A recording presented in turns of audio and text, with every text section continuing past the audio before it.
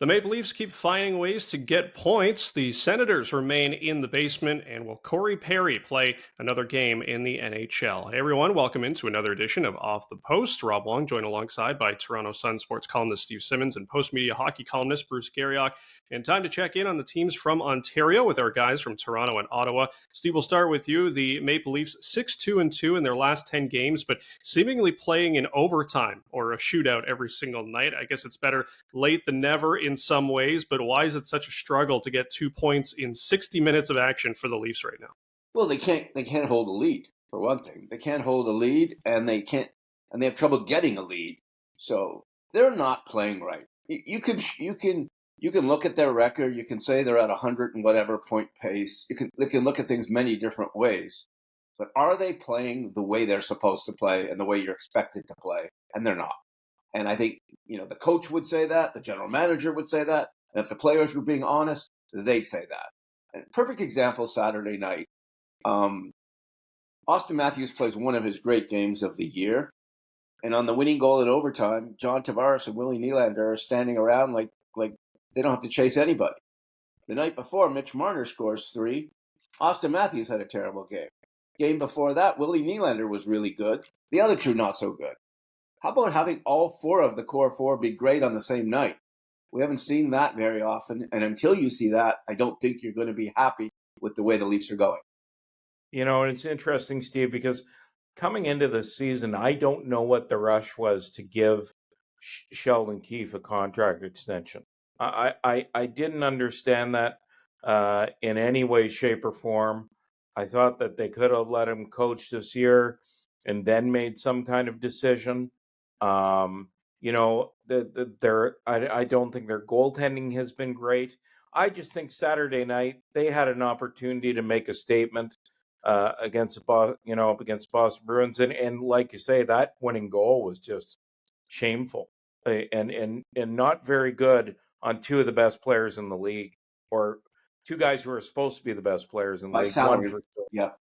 Yeah, one for sure.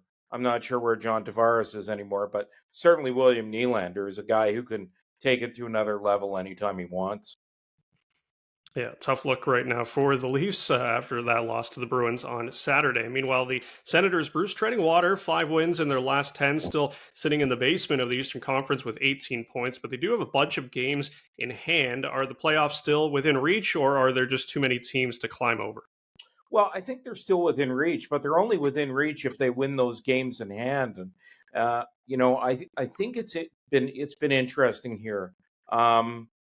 Since General Manager Pierre Dorion got fired, every loss is now a judgment of the coaching staff, and people now have decided that they want DJ Smith gone.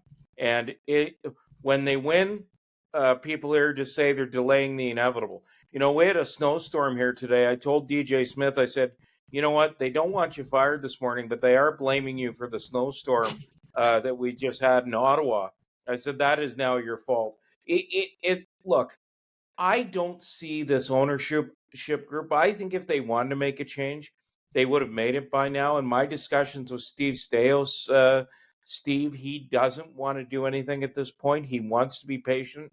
But Rob, they've got to win those games in hand. The opportunity is there for them to make the playoffs.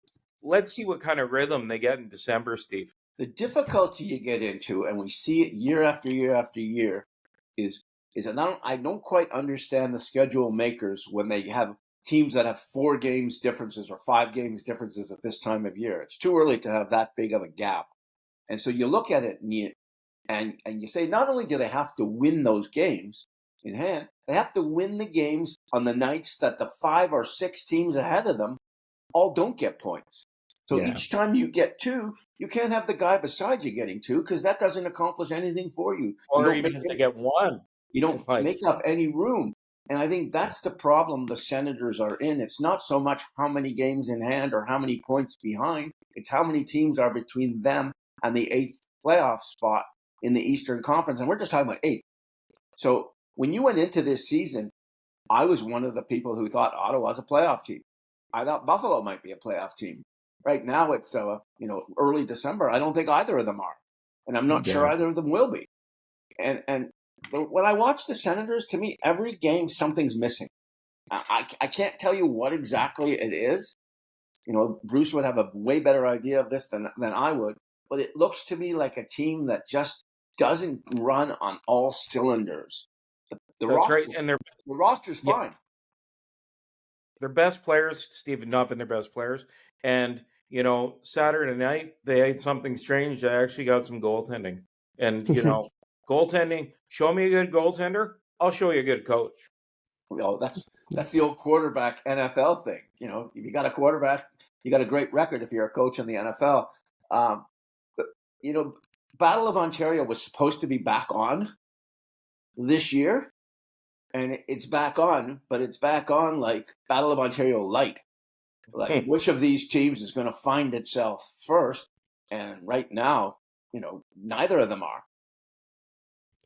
And lastly, guys, the Blackhawks officially terminated Corey Perry's contract after an off-ice incident in Columbus. Perry also announcing that he is seeking treatment for a drinking problem. Steve, as it stands right now, do you think he has played his last game in the National Hockey League? I talked to 3 general managers on the weekend who all had an interest in finding out more about what's going on with Corey Perry and where he's at. And they're looking at him as the kind of piece you might add, maybe late February, maybe early March, when you're getting to putting your playoff roster together. And maybe by then he's in better place than he is right now. The GMs I talked to weren't really aware of exactly what went on with the Blackhawks, and so they wanted more information. So I'm not going to say he's played his last game when there's still GMs sort of sniffing about to see if he might be worth adding come playoff time. I think, Steve, I think he probably has played his last game. I just think that the way teams are now, they'll look at this and say it's probably not worth what you're going to take publicly for bringing him in. I think that I look at what happened with Mike Babcock in Columbus, and why did they go down that road in the first place? Well, because they went down that road because they thought they were smarter than everybody else. And I think it's why we haven't seen Joel Quenneville get hired, because when that happened to Mike Babcock, Joel Quenneville and must have wondered, well, will I ever get back in? I doubt it. I think that there's not a general manager out there who's going to think he's smarter than everybody else and is going to sign this guy. I also wonder what happens to his possibility for the Hockey Hall of Fame, Steve, because I thought he was right there. I worry about a world that doesn't give second or even third chances to people. And I'm going to go back to an old hockey situation. There was a hockey player with the Boston Bruins named Craig McTavish who drunk driving killed someone in, I believe, the early 1980s. Went to prison, spent a year in prison. The Boston Bruins decided they could not sign him back. He went and signed with the Edmonton Oilers, where he played, I don't know how many years, but close to 20 in the NHL, won, I think, 5 Stanley Cups, coached in the league, was a general manager in the league, was a scout in the league, has had a marvelous career. Why? Because Glenn Sader gave him a second chance, and because someone looked to him. In today's world, I don't know if that happens, and I'm not sure I like today's world better than I like yesterday's world. Yeah, it should be interesting to see how it all plays out with Corey Perry moving forward. As always, leave your thoughts in the comments section below. For Steve Simmons and Bruce Garrioch, I'm Rob Wong. Thanks for tuning in, and we'll talk to you next week on another Off the Post.